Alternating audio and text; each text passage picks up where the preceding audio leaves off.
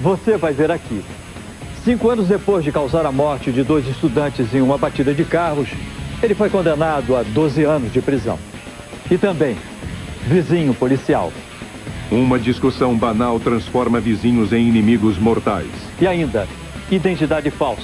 Um jovem viciado em drogas mata, muda de nome e fica livre para cometer um novo crime. Agora, em Linha Direta.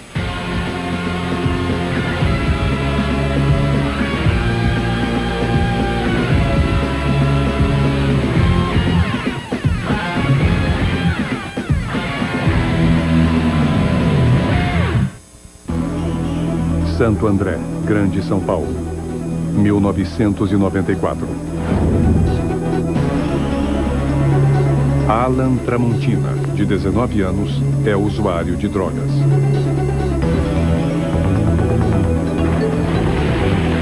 Numa noite de janeiro, os moradores de um conjunto habitacional veem Alan e um amigo juntos. É uma emboscada. A vítima recebeu um tiro pelas costas, um tiro fulminante junto à parte de trás da cabeça. Depois do tiro, Alan grita que o amigo foi morto. Segundo Alan, o assassino fugiu. Mas na delegacia, o jovem Alan dá informações confusas sobre o que aconteceu. Você e Leandro eram amigos. Ele também não demonstra tristeza com a morte do amigo. Durante as investigações, a verdade apareceu. O próprio Alan foi acusado de matar o amigo, amando de um traficante. O preço, 5 gramas de cocaína. Como eles tinham um relacionamento, foi fácil a ele, Alan, buscar efetivamente um contato prévio e, por dissimulação de uma conversa usual, levar a vítima até o local onde o executaram. Convocado a depor novamente, Alan fugiu e começou uma vida nova na cidade de Praia Grande, no litoral de São Paulo. Para enganar a polícia, Alan adotou um nome falso, Eduardo. Ele estava livre para matar outra vez. Eduardo, na verdade, era o irmão dele. E esse Eduardo não ostenta nenhuma passagem criminal. Era o álibi perfeito para o Alan continuar vivendo tranquilamente pela cidade. Ano de 2001. Com um nome falso, Alan, um foragido da justiça, trabalha como segurança num bar. Ele conhece Monique, uma jovem de 18 anos, que se apresenta como Eduardo. Aí começamos a conversar, tudo, aí a gente marcou de se ver no outro final de semana. Aí comecei a conhecer ele, aí começamos a namorar.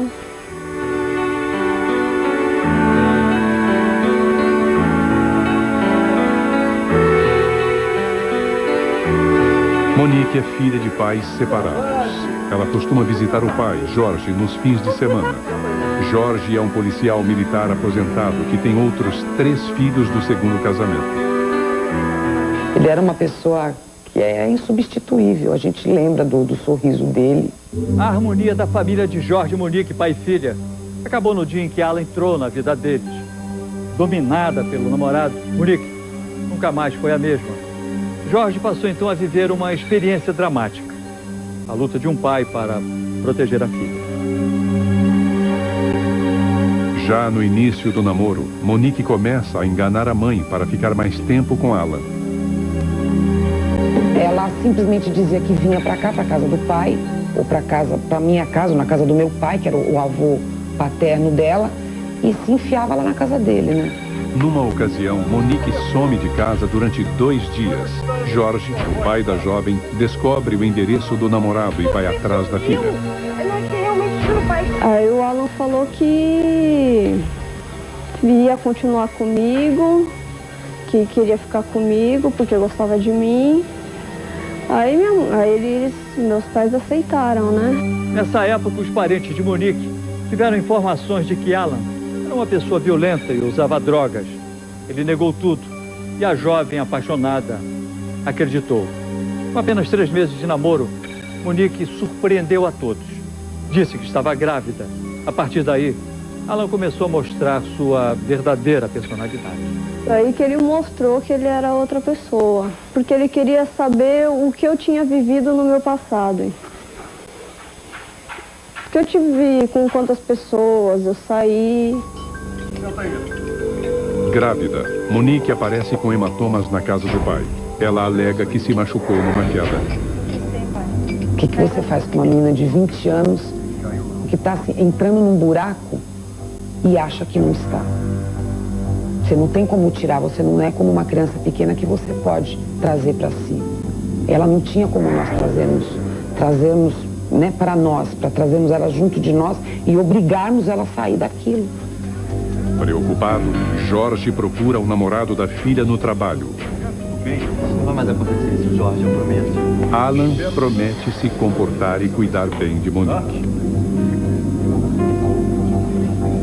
Ele falava assim, muito educado, sim senhor, seu Jorge, de cabeça baixa, né? Mas a conversa não surte efeito. Monique continua a ser agredida. Gostava muito dele. Eu achava que sem ele eu não podia viver. Você acreditava que era possível ele mudar? Eu acreditava, porque tinha às vezes que ele me tratava bem.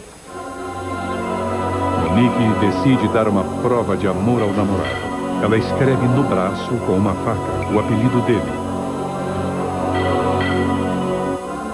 Aí ele se acalmou um pouco, porque viu que eu também já estava muito nervosa, já não sabia mais o que estava fazendo. Aí ele pegou e parou de brigar. No chá de bebê de Monique, os parentes dela veem a cicatriz. Falamos com ela e ela achou que era paixão. No fim da gravidez, Monique fez uma terrível descoberta. O namorado usava um nome falso e era procurado pela polícia. O verdadeiro nome dele, Alan. Por que você nunca revelou ao seu pai que ele tinha um outro nome e que ele era foragido da polícia? Porque ele me ameaçava. Aí ele falou que ele era muito jovem, ele era usuário de drogas, tudo, e ele não sabia o que estava fazendo. Ao registrar o filho, que nasceu em outubro de 2002, Alan ainda usou o nome falso de Eduardo. Alan e Monique foram morar juntos numa casa emprestada por um irmão dele. As surras recomeçaram. Eu apanhei acho que uns 5 dias direto. Aí parava 1 ou 2 dias e começava tudo de novo.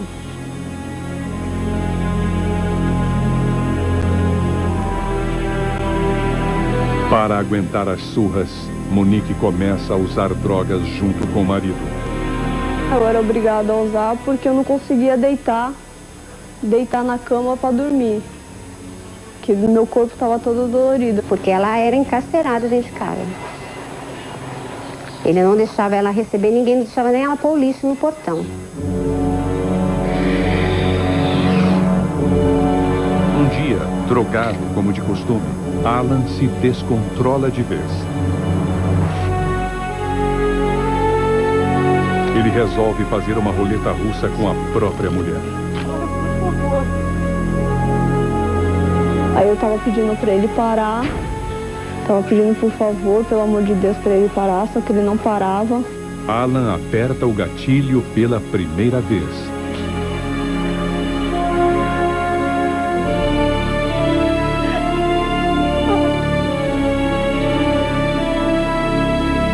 Pela segunda.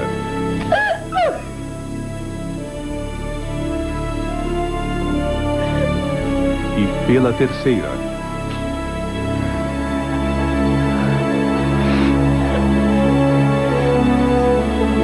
Na quarta tentativa, o pé de Monique é atingido. Aí pegou no meu dedão, no meu pé. Aí ele ficou super assustado. Ao ver a mulher ferida, Alan ameaça se matar, mas Monique não deixa. Ela pede para ele procurar ajuda.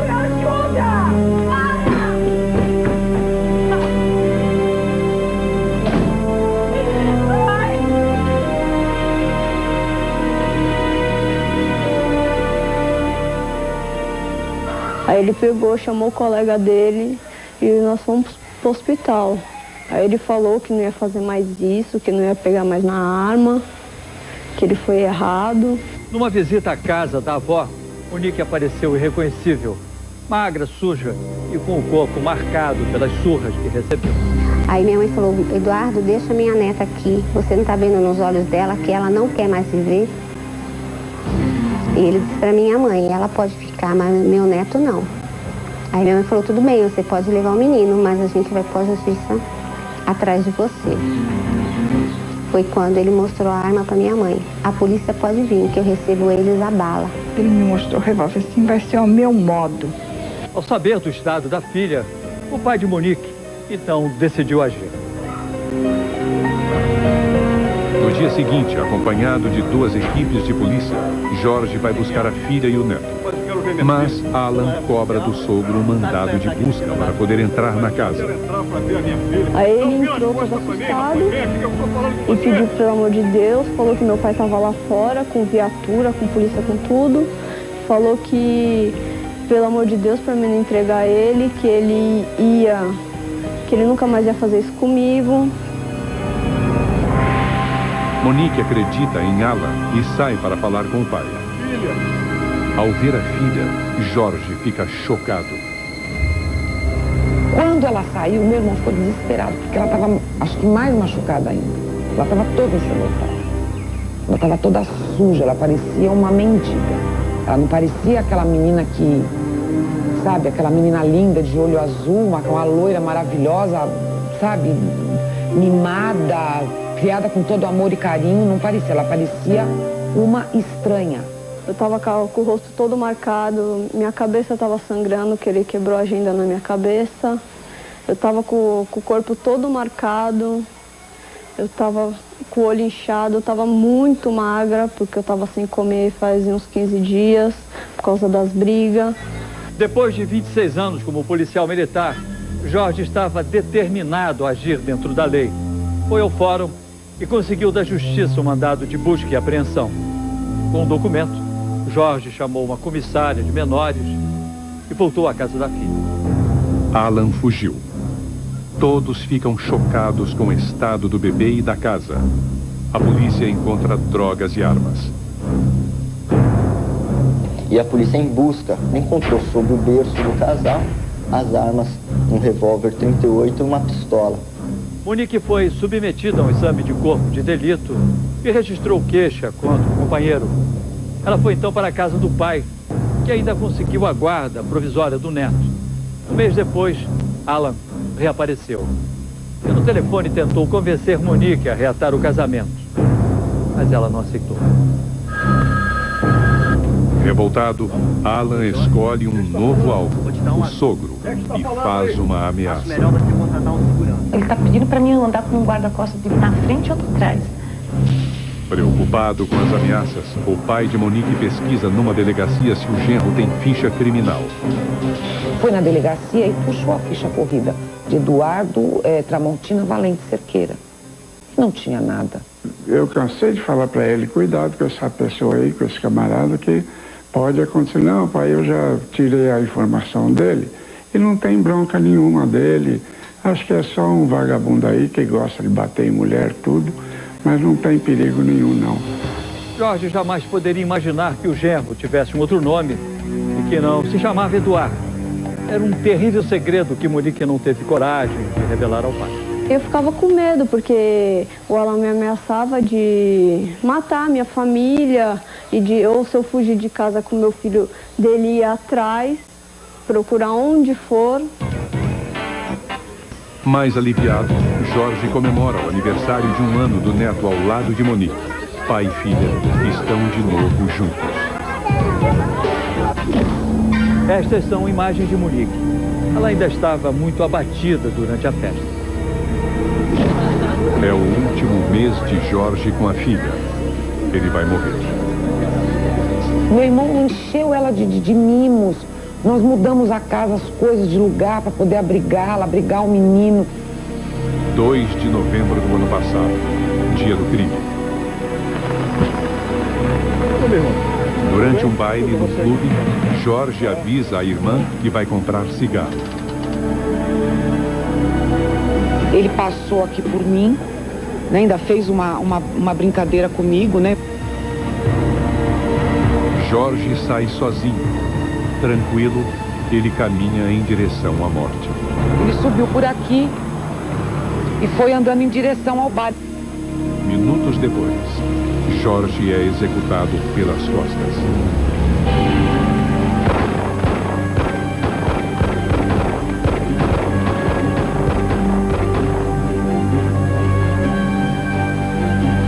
Jorge chegou morto ao hospital. No dia seguinte, a polícia descobriu que Alan se apresentava com os documentos do irmão Eduardo. Jorge morreu sem saber que o genro Alan já era acusado de um assassinato. O rumo dessa história teria sido outro. Não digo que meu irmão mataria ele, porque meu irmão não é nenhum matador. Mas com certeza ele já estaria preso. Com certeza ele estaria preso antes de assassinar o meu irmão. Durante a investigação, uma testemunha procurou a polícia e o Ministério Público e contou que viu Alan e um amigo chamado Vanderlei atirarem em Jorge. 20 dias depois, a testemunha voltou atrás. Disse apenas que ouviu os tiros. A advogada da testemunha tem uma explicação para essa nova versão. Ele tem um problema de distúrbios mentais. Quando ele foi na delegacia e acusou, e quando ele voltou, que ele mediu as consequências do que poderia estar acontecendo, ele retornou e quis se retratar. Isso mostra que ele não tem qualquer déficit, que ele não tem qualquer tipo de deficiência mental. Porque ele se lembra, ele tem raciocínio, ele tem memória em relação a todos os outros dados. Agora, quanto à cena do crime, não por coincidência, mas por medo, ele se esquece. Vanderlei Francisco de Oliveira Júnior, acusado de assassinar o pai de Monique junto com Alan, aguarda julgamento preso. Mas ele nega o crime. Até agora eu não estou entendendo por que eu estou preso. Você acredita que o Alan tem algum envolvimento na morte do sogro? Eu não posso afirmar, não acredito, como também não acredito. Não cabe a mim julgar, não sei porque eu não vi a pessoa dele e eu não posso afirmar. Para se proteger de Alan, Monique fugiu da cidade de Praia Grande junto com a mãe e a avó. Hoje as três vivem escondidas. Alan está foragido da polícia há 10 anos. Ele responde a processos pelos assassinatos de Leandro Henrique Scherner em 1994 e do pai de Monique, Jorge Luiz de Souza, em novembro do ano passado. Se Alan não for preso nos próximos 4 dias, ele estará livre da acusação do primeiro crime. Na realidade, ao Estado não é dado perseguir, processar, condenar e executar a pena por prazo longínquo, ou seja, infinito. Significa então que se o Alan não for preso até o dia 21 de junho, ele pode não ser punido por esse crime? Infelizmente não. Jorge, o pai de Monique, morreu aos 48 anos. Eu me sinto, sabe, como se a pessoa entrasse na sua casa e arrancasse um pedaço de você. Como se a pessoa tivesse entrado na sua casa para tirar o que você tinha mais de precioso, que era o marido, né? Que as meninas de hoje em dia, a gente cria com um pouco mais de liberdade do que a gente tinha. E que prestem mais atenção nos namorados, para que elas ouçam mais os pais, porque coração de mãe nunca se engana. Porque eu achei que ele fosse uma pessoa ruim, mas não tanto a esse ponto. Eu fiz uma burrada e minha família está pagando por isso também. Hoje eu não quero mais saber dele. Só quero que ele pague o que ele fez com meu pai. Alan tem tatuados no braço direito um peixe-espada e um tubarão-martelo. No braço esquerdo, uma teia de aranha e um pulpo. Se você tem alguma informação que possa levar à prisão de Alan Tramontina Valente Cerqueira, hoje com 29 anos, ligue para a linha direta. Rio de Janeiro 2547-9040. Suas informações serão levadas às autoridades e sua identidade será mantida no mais absoluto sigilo. Fique agora com o segundo caso desta noite. Ano de 2000, Aracaju, Sergipe. As famílias Silva e Santos são vizinhas. A amizade é tão grande que eles se tornam compadres. É o batizado da pequena Arielle. Anos depois, a harmonia é destruída a tiros. Nunca pensei de perder meu filho tão. Uma discussão banal transformou vizinhos em inimigos mortais. A vítima foi este jovem da família Silva, Anderson Guedes, 21 anos, conhecido como Nenca. O autor dos disparos, este homem da família Santos, o policial militar Paulo Roberto Ramos, conhecido como Soldado Ramos. O acusado de fornecer a arma do crime é Antônio dos Santos, um ex-policial militar, sogro do assassino. A família Silva morava há mais de 20 anos na periferia de Aracaju. Em 1999, a casa vizinha deles foi comprada pelos Santos, uma família de policiais militares. O novo vizinho dos Silva, Antônio dos Santos, é ex-policial militar e trabalha como taxista. O filho mais velho dele, Wellington, e o genro, o soldado Ramos, também são policiais militares. Nisso foi criando uma amizade, como que era aqui do lado, ficava muito próximo, a gente saía, a gente conversava na porta. O motorista Marildo era casado com uma das filhas da família Silva. Ele e o vizinho, o soldado Ramos, se tornaram amigos. Novembro de 2000. O soldado Paulo Roberto Ramos e a mulher se tornam padrinhos de batismo da filha do vizinho Amarildo. Início de 2001. O soldado Ramos começa a pedir favores estranhos a Amarildo. Ele quer que o compadre minta na justiça. O relacionamento entre os dois começa a mudar. Aí conversando, eu disse, Amarildo, é o seguinte, eu queria que você fizesse um favor pra mim. É que eu tenho um problema com a mulher aí na justiça e eu queria que você dissesse lá fosse depois, dissesse que teve um caso com ela também. Por trás dos pedidos de favores suspeitos, a família Silva não sabia que existia uma história de violência. Segundo testemunhas por onde passava, o soldado Ramos deixava a marca de um temperamento explosivo. Ele pegava a arma, começava a atirar no meio da rua, atirar na parede do povo. Então o pessoal tinha medo dele. No próximo bloco. Uma discussão marca o fim da amizade entre as duas famílias. E veja também, ele causou a morte de 2 estudantes e foi condenado a 12 anos de cadeia. E estes são os foragidos mostrados no programa desta semana. Antônio dos Santos e Alan Tramontina Valente Cerqueira.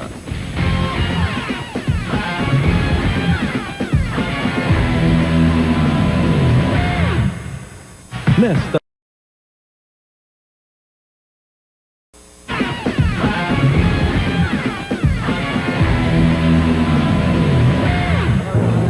maio de 2001, domingo, Dia das Mães. O filho mais novo dos Santos, Wesley, consegue um emprego como vigilante. Amarildo, da família Silva, é o último a chegar na comemoração. E a gente conversando, né, sobre a idade vai chegando, você vai se cansando, nunca é aquele mesmo homem. A gente conversava sobre, assim, digamos, como a atitude do rapaz, assim, de idade, de potência. A gente queria um papo normal, uma conversa normal. Minutos depois, a mulher do soldado Paulo Roberto Ramos volta acompanhada do marido que estava dormindo. Furioso, o PM discute com Amarildo. Paulo Roberto se sente agredido porque na conversa teria sido sugerido que ele estaria ficando velho e com risco de se tornar sexualmente impotente. Quando eu dei as costas para ele, me agrediu.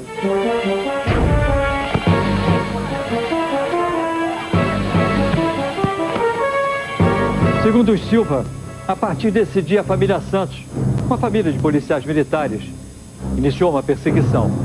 Procurados por linha direta, os integrantes da família Santos que estão presos não quiseram falar. Os outros não foram localizados. 26 de maio de 2001. A filha mais nova de Amarildo está doente e precisa ir ao hospital. Segundo testemunhas, ao ver os vizinhos saírem, Antônio Santos chama o genro. O soldado Ramos atira no Silva, sem se importar com as 2 crianças. Atirou no Fusca, mas errou. Eu parei mais na frente, pensando que eles tinham atirado na minha esposa. Aí foi quando eu olhei para trás e o PM vinha com o revólver na mão, em alta velocidade. Presos dentro do carro, os Silva não conseguem reagir. Depois da agressão, o policial Ramos ameaça a sogra de Amarildo. Durante meses, os Silva contam que sofreram as provocações da família Santos. De nada adiantavam as queixas na polícia. E até um acordo de trégua na justiça não funcionou. Eu fiz um acordo mais ele, e aí, depois do acordo, ele continuou perseguindo a minha família. O único que não se envolvia nas brigas entre as famílias era Anderson, o caçula dos Silva, conhecido como Nenca. Apaixonado pela jovem com quem namorava há 3 anos, Nenca preocupava-se com o futuro. Ele estava até pensando em comprar um terreno para fazer uma casa, vender a moto. Estava fazendo plano do futuro dele já. Só vivia o trabalho dele, estudava. Ele trabalhava no Sinfone, como trabalhava à noite, ficava muito cansativo. Nenca trabalha de madrugada. Ele é dobrador num jornal da cidade. Um filho que sempre respeitava a comunidade, era um menino trabalhador. Setembro de 2001. Um grupo de policiais ameaça invadir a casa dos Silva. Era perseguição, ele chegava aí com 3 viaturas, aí meu sogro saía, rapaz, não é nada disso. Era chute no portão, subia no telhado, já deu murro em minha mulher. Coisas que só vendo pra tudo. Início de dezembro de 2001. Sem nunca se envolver nas brigas das famílias Silva e Santos, Nenca está feliz. Ele vai ser pai.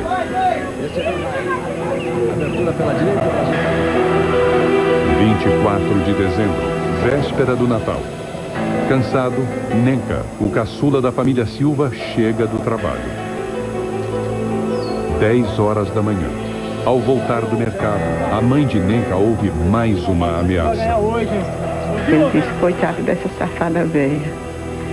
Ela não vai ver o presente de Natal que ela vai ganhar hoje. Meio-dia. Perto de casa, Amarildo e a família encontram Wesley Santos. Ao ver o vizinho se movimentar para pegar uma bolsa, Amarildo parte para cima dele. Ele não conseguiu meter a mão no objeto, na certa um revólver ali dentro. Quando eu soltei ele, ele entrou no mundo a ver. Eu nem vi de onde apareceu esse mundo.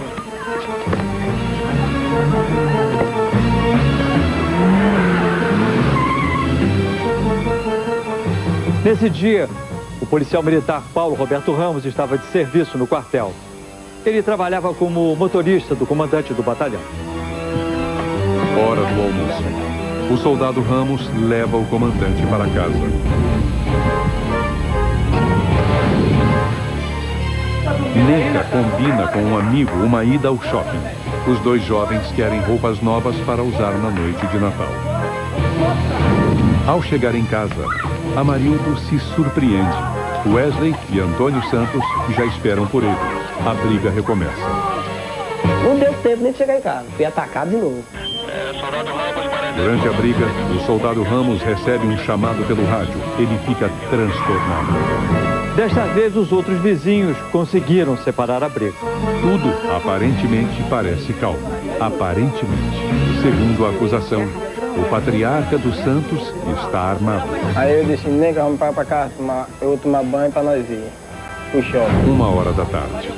Nenca combina com um amigo que vai esperá-lo para irem juntos ao shopping. Meu cunhado se encontrava em pé aqui no portão, entendeu? Eu já estava aqui sentado. Foi quando a mãe dele ia colocar comida para o cachorro, que a viatura parou no portão. Eu digo, não é meu filho, a gente que vê essa viatura aí, você não sabe quem vem aí, meu filho. Ele disse, tá amanhã. A derradeira palavra que ele me disse. Tá, amanhã não teve nada a ninguém. Não devo nada a ninguém. Com o revólver do sogro, o soldado Paulo Roberto Ramos dispara 3 tiros contra Nenca.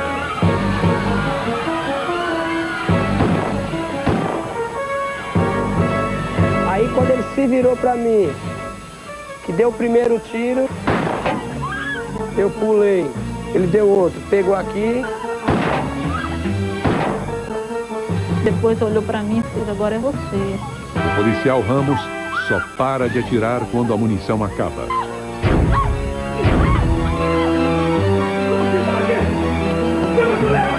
Depois que ele e Antônio Santos entram em casa, o outro policial da família Santos, Wellington, chega e, segundo testemunhas, impede o socorro à vítima. E ele veio com escopeta na mão e ficou na calçada para ninguém dar socorro ao menino. Vocês querem medir força com a gente faz assim. Ameaçou várias vezes com escopeta na mão. Olhou para meu pai, meu irmão no braço do meu pai e disse: vagabundo tem que morrer assim.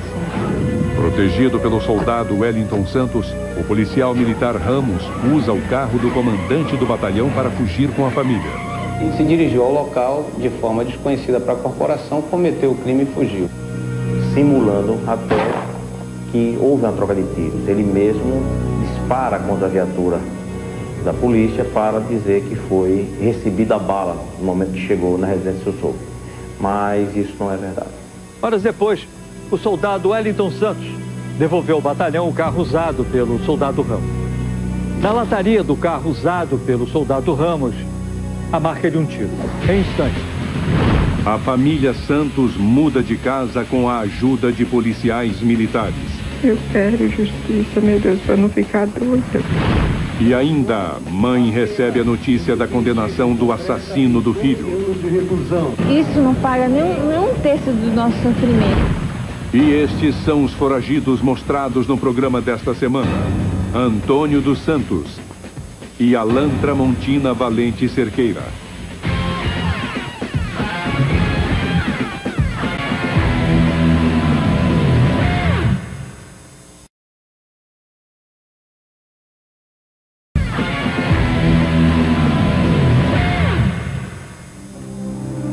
Uma semana depois do crime, Antônio dos Santos e a família se mudam.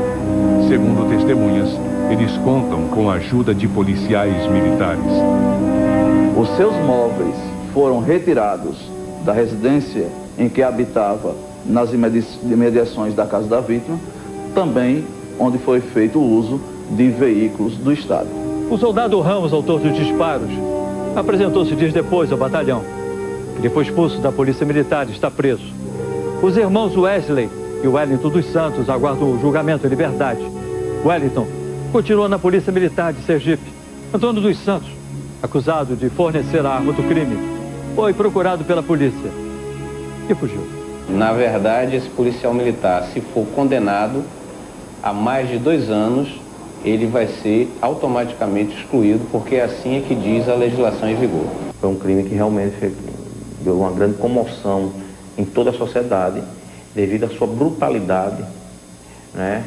E a arrogância daqueles homens que estavam para servir a sociedade e não cometer esse tipo de atrocidade. Com o crime, os Santos, uma família formada por policiais militares, decretam o fim da felicidade dos vizinhos, o fim da harmonia da família Silva. Eu nunca imaginava que ia acontecer na minha vida. Nunca. Ver minha mulher apanhar, tomar coronhada, defamações, humilhações, tudo isso. Eu tenho muita saudade do meu Anderson, porque era um filho bom, um filho que sempre respeitava a comunidade, era um menino trabalhador. E dá força a gente, meu filho, no lugar que você estiver. Que a saudade do meu filho é muito grande. Não tem uma mãe que suporta uma dor dessa. Eu quero justiça, meu Deus, para não ficar doida. Eu quero justiça, eu peço. Se você tem alguma informação que possa levar à prisão de Antônio dos Santos, 62 anos, ligue para a linha direta. Rio de Janeiro 2547-9040. Suas informações serão levadas às autoridades e sua identidade será mantida no mais absoluto sigilo. Em 2001, ele foi preso graças à sua denúncia. Agora, 3 anos depois, Rafael Lobato foi julgado e condenado. Acusado de causar a morte de 2 estudantes em uma batida de carro no centro de Belém do Pará, Rafael recebeu uma pena de 12 anos de prisão. Segundo a acusação, Rafael era conhecido na cidade por dirigir de forma irresponsável e arrumar confusões com outros jovens. Na noite do crime, ele teria bebido muito e dirigia em velocidade sem ligar para os sinais de trânsito. O carro dele bateu em um outro, no qual estavam 3 estudantes. O motorista César Augusto Clatal morreu na hora. Yuri da Silva chegou a ser socorrido, mas não resistiu aos ferimentos. Felipe Medeiros foi o único passageiro que sobreviveu. Rafael chegou a ser preso em flagrante, mas conseguiu fugir logo depois. Quando Linha Direta sobre o caso foi feito, a mãe de Rafael deu uma entrevista ao programa. Ela duvidava de que o filho fosse preso. Porque eu nem acredito que este programa vai buscar o Rafael. Não acredito. Então, enfim. Piada. Tem resposta. Rafael foi preso 2 meses depois da exibição do programa. Durante todo o julgamento em Belém, Rafael ficou de cabeça baixa. Ele foi condenado a 12 anos de prisão. Isso não paga nem um terço do nosso sofrimento, mas foi feito. Justiça, sim. A justiça foi cumprida, pelo menos diminuiu, né? Não vai nada, vai trazer meu filho de volta, mas... Linha Direta volta na próxima quinta-feira, logo depois de A Grande Família. Boa noite e até lá.